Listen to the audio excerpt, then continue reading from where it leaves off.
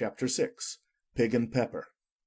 For a minute or two she stood looking at the house and wondering what to do next, when suddenly a footman in livery came running out of the wood. She considered him to be a footman because he was in livery; otherwise, judging by his face only, she would have called him a fish, and rapped loudly at the door with his knuckles. It was opened by another footman in livery, with a round face and large eyes like a frog, and both footmen, Alice noticed, had powdered hair that curled all over their heads. She felt very curious to know what it was all about, and crept a little way out of the wood to listen. The fish footman began by producing from under his arm a great letter nearly as large as himself, and this he handed over to the other, saying in a solemn tone, "For the Duchess, an invitation from the Queen to play croquet." The frog footman repeated in the same solemn tone, only changing the order of the words a little. "From the Queen, an invitation for the Duchess to play croquet." Then they both bowed low, and their curls got entangled together. Alice laughed so much at this that she had to run back into the wood for fear of their hearing her, and when she next peeped out, the fish footman was gone, and the other was sitting on the ground near the door, staring stupidly up into the sky. Alice went timidly up to the door and knocked. "There's no sort of use in knocking," said the footman. "and that for two reasons. First, because I'm on the same side of the door as you are. Secondly, because they're making such a noise inside, no one could possibly hear you." And certainly there was a most extraordinary noise going on within, a constant howling and sneezing, and every now and then a great crash, as if a dish or kettle had been broken to pieces. "Please, then," said Alice, "how am I to get in?" "There might be some sense in your knocking," the footman went on without attending to her, "if we had the door between us. For instance, if you were inside, you might knock, and I could let you out, you know." He was looking up into the sky all the time he was speaking, and this Alice thought decidedly uncivil. "But perhaps he can't help it," she said to herself. "his eyes are so very nearly at the top of his head. But at any rate he might answer questions. How am I to get in?" she repeated aloud. "I shall sit here," the footman remarked, "till tomorrow." At this moment the door of the house opened, and a large plate came skimming out straight at the footman's head. It just grazed his nose, and broke to pieces against one of the trees behind him. "Or next day, maybe," the footman continued in the same tone, exactly as if nothing had happened. "How am I to get in?" asked Alice again in a louder tone. "Are you to get in at all?" said the footman. "That's the first question, you know." It was, no doubt, only Alice did not like to be told so. "It's really dreadful," she muttered to herself. "the way all the creatures argue. It's enough to drive one crazy." The footman seemed to think this a good opportunity for repeating his remark with variations. "I shall sit here," he said, "on and off, for days and days." "But what am I to do?" said Alice. "Anything you like," said the footman, and began whistling.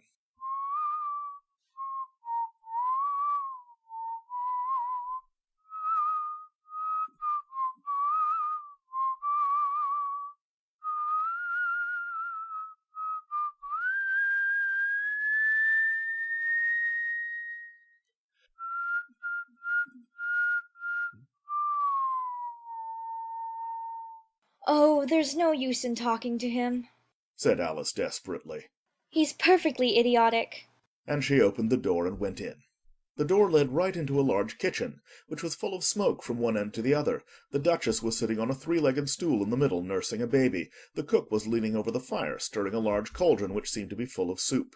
"There's certainly too much pepper in that soup," Alice said to herself, as well as she could for sneezing. There was certainly too much of it in the air. Even the Duchess sneezed occasionally, and as for the baby, it was sneezing and howling alternately, without a moment's pause. "Chew!"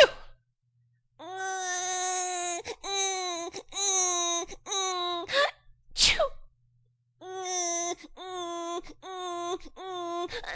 "Chew!" "Chew!" The only things in the kitchen that did not sneeze were the cook and a large cat which was sitting on the hearth and grinning from ear to ear. "Please, would you tell me?" said Alice, a little timidly, for she was not quite sure whether it was good manners for her to speak first. Why your cat grins like that? Phew!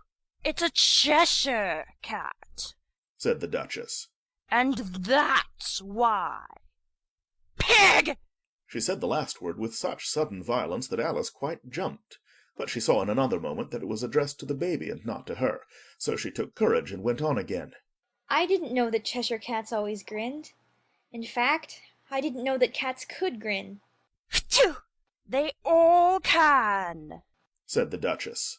and most of 'em do. Phew! I don't know of any that do. Alice said very politely, feeling quite pleased to have got into a conversation. You don't know much, said the Duchess. and that's a fact. Phew! Alice did not at all like the tone of this remark, and thought it would be as well to introduce some other subject of conversation.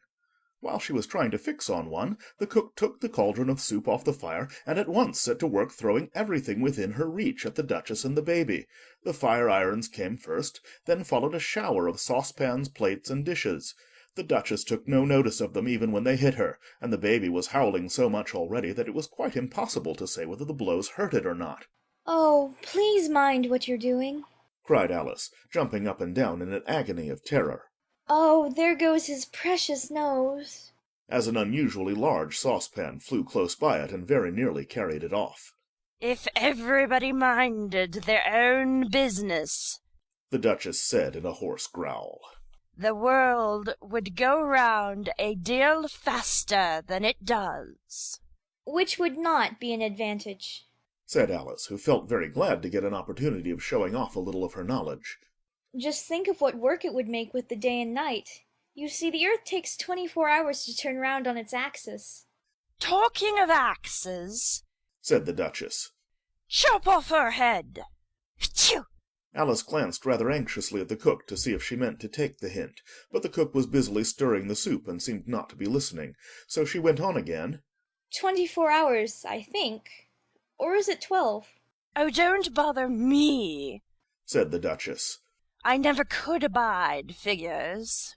And with that she began nursing her child again, singing a sort of lullaby to it as she did so, and giving it a violent shake at the end of every line. Phew! Speak roughly to your little boy and beat him when he sneezes. He only does it to annoy because he knows it teases. Wow, wow, wow. While the Duchess sang the second verse of the song, she kept tossing the baby violently up and down, and the poor little thing howled so that Alice could hardly hear the words.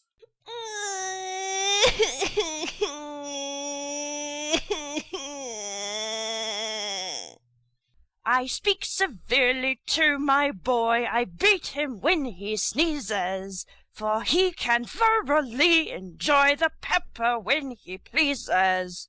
Wow, wow. Here, you may nurse it a bit if you like. The Duchess said to Alice, flinging the baby at her as she spoke. I must go and get ready to play croquet with the Queen. Phew! And she hurried out of the room. The cook threw a frying pan after her as she went out, but it just missed her. Alice caught the baby with some difficulty, as it was a queer-shaped little creature and held out its arms and legs in all directions. Just like a starfish. Thought Alice. The poor little thing was snorting like a steam engine when she caught it, and kept doubling itself up and straightening itself out again, so that altogether, for the first minute or two, it was as much as she could do to hold it. As soon as she had made out the proper way of nursing it, which was to twist it up into a sort of knot, and then keep tight hold of its right ear and left foot so as to prevent its undoing itself, she carried it out into the open air. If I don't take this child away with me, Thought Alice. they're sure to kill it in a day or two. Wouldn't it be murder to leave it behind? She said the last words out loud, and the little thing grunted in reply. It had left off sneezing by this time. Don't grunt.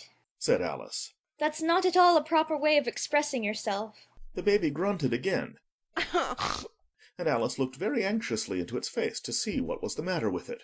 There could be no doubt that it had a very turn-up nose, much more like a snout than a real nose. Also its eyes were getting extremely small for a baby.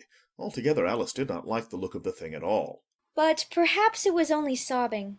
she thought, and looked into its eyes again to see if there were any tears. No, there were no tears. If you're going to turn into a pig, my dear, said Alice seriously. I'll have nothing more to do with you. Mind now. The poor little thing sobbed again, or grunted, it was impossible to say which. And they went on for some while in silence. Alice was just beginning to think to herself, Now, what am I to do with this creature when I get it home? when it grunted again, so violently that she looked down into its face in some alarm. This time there could be no mistake about it. It was neither more nor less than a pig, and she felt that it would be quite absurd for her to carry it further. So she set the little creature down and felt quite relieved to see it trot away quietly into the wood. If it had grown up, She said to herself. it would have made a dreadfully ugly child. But it makes a rather handsome pig, I think. And she began thinking over other children she knew who might do very well as pigs, and was just saying to herself, If one only knew the right way to change them. when she was a little startled by seeing the Cheshire Cat sitting on the bough of a tree a few yards off. The cat only grinned when it saw Alice.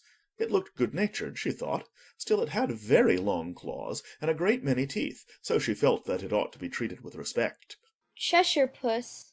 She began rather timidly, as she did not at all know whether it would like the name. However, it only grinned a little wider. Come, it's pleased so far. Thought Alice, and she went on. Would you tell me, please, which way I ought to go from here? That depends a good deal on where you want to get to, Said the cat. I don't much care where. Said Alice. Then it doesn't matter which way you go, Said the cat. So long as I get somewhere. Alice added as an explanation. Oh, you're sure to do that, Said the cat. if you only walk long enough. Alice felt that this could not be denied, so she tried another question. What sort of people live about here? In that direction The cat said, waving its right paw round. lives a hatter, and in that direction Waving the other paw. lives a March hare. Visit either you like, they're both mad. But I don't want to go among mad people. Alice remarked. You can't help that, Said the cat. we're all mad here. I'm mad, you're mad. How do you know I'm mad? Said Alice. Oh, you must be, Said the cat. or you wouldn't have come here. Alice didn't think that proved it at all. However, she went on. And how do you know that you're mad? To begin with, Said the cat. a dog's not mad. You grant that. I suppose so. Said Alice. Well, then, The cat went on. you see, a dog growls when it's angry and wags its tail when it's pleased. Now I growl when I'm pleased and wag my tail when I'm angry. Therefore I'm mad. I call it purring, not growling. Said Alice.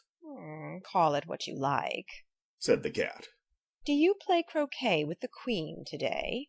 I should like it very much. Said Alice. But I haven't been invited yet. You'll see me there. Said the cat, and vanished. Alice was not much surprised at this. She was getting so used to queer things happening. While she was looking at the place where it had been, it suddenly appeared again. By the by, what became of the baby? Said the cat. I'd nearly forgotten to ask. It turned into a pig. Alice quietly said, just as if it had come back in a natural way. I thought it would. Said the cat, and vanished again. Alice waited a little, half expecting to see it again, but it did not appear, and after a minute or two she walked on in the direction in which the March Hare was said to live. I've seen hatters before. She said to herself. The March Hare will be much the most interesting, and perhaps as this is May, it won't be raving mad. At least not so mad as it was in March. As she said this, she looked up, and there was the cat again, sitting on a branch of a tree. Did you say pig or fig? Said the cat. I said pig. Replied Alice. And I wish you wouldn't keep appearing and vanishing so suddenly. You make one quite giddy. All right. Said the cat, and this time it vanished quite slowly, beginning with the end of the tail and ending with the grin, which remained some time after the rest of it had gone. Well, I've often seen a cat without a grin. thought Alice. But a grin without a cat? It's the most curious thing I ever saw in my life. She had not gone much farther before she came in sight of the house of the March Hare. She thought it must be the right house, because the chimneys were shaped like ears, and the roof was thatched with fur. It was so large a house that she did not like to go nearer till she had nibbled some more of the left-hand bit of mushroom and raised herself to about 2 feet high. Even then she walked up towards it rather timidly, saying to herself, Suppose it should be raving mad after all. I almost wish I'd gone to see the Hatter instead. End of chapter 6.